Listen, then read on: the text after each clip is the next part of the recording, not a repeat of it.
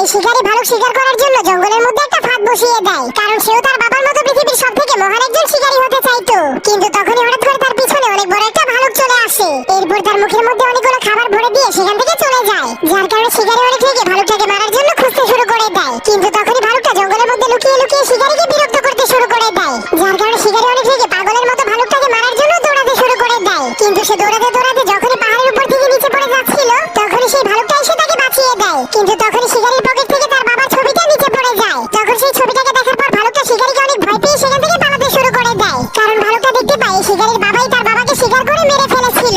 এজন্য সে শিকারীকে ভয় পেয়ে পালাতে শুরু করে দেয়। কিন্তু তখন সেই শিকারী তাকে খুঁজে বের করে। কিন্তু তার আগে ভিডিওটিতে কি হট দেখার জন্য আমার চ্যানেলে কেউ সাবস্ক্রাইব করে না, এই ছবিটিকে ভালোবেসে হলেও চ্যানেলটি সাবস্ক্রাইব করে দেন করে দেয়। তখন ভালুকটা মনে করেছিল শিকারী তাকে মেরে ফেলেছে, কিন্তু তখনই ভালুকটা দেখতে পায় শিকারী তাকে বাঁচানোর জন্য সেই ফাঁদের উপরে গুলি করে সেই ফাঁদটাকে নষ্ট করে দিয়েছিল, যার কারণে ভালুকটা অনেক খুশি হয়ে সেই শিকারীর সাথে বন্ধুত্ব